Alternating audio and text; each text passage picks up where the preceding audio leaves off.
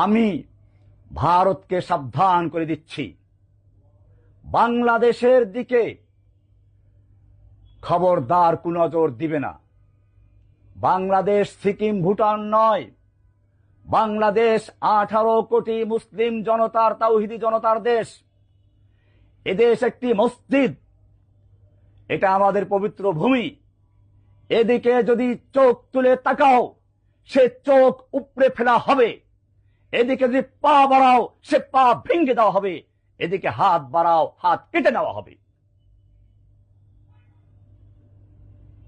যদি বাংলাদেশের দিকে এক পা বাড়াও, আমরা 7 সিস্টারকে বলে দেব, চায়নাকে বলে দেব, চিকেন নেক বন্ধ করে দাও।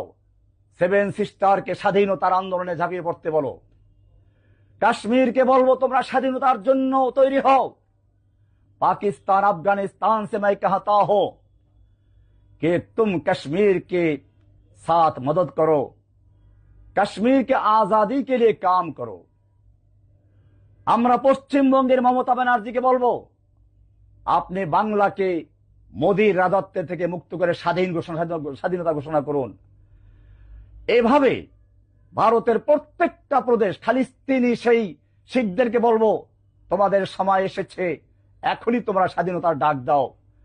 সারা অঞ্চল থেকে এই হিন্দুত্ববাদী আন্দোলনকে ধ্বংস করে দিয়ে, ভারতকে টুকরো টুকরো করে দিয়ে, ইনশাআল্লাহ এই তাওহিদি জনতা দিল্লির মসনদ পর্যন্ত আবার দখল করবে। সুতরাং আমি ভারতকে বলবো, বাংলাদেশকে নিয়ে বাড়াবাড়ি করো না। জসিমউদ্দিন রহমানিকে নিয়ে বাড়াবাড়ি করো না। জসিমউদ্দিন রহমানি কোনো জঙ্গি নয়, তোমরা তাকে জঙ্গি বানিয়েছ। তওবা করো।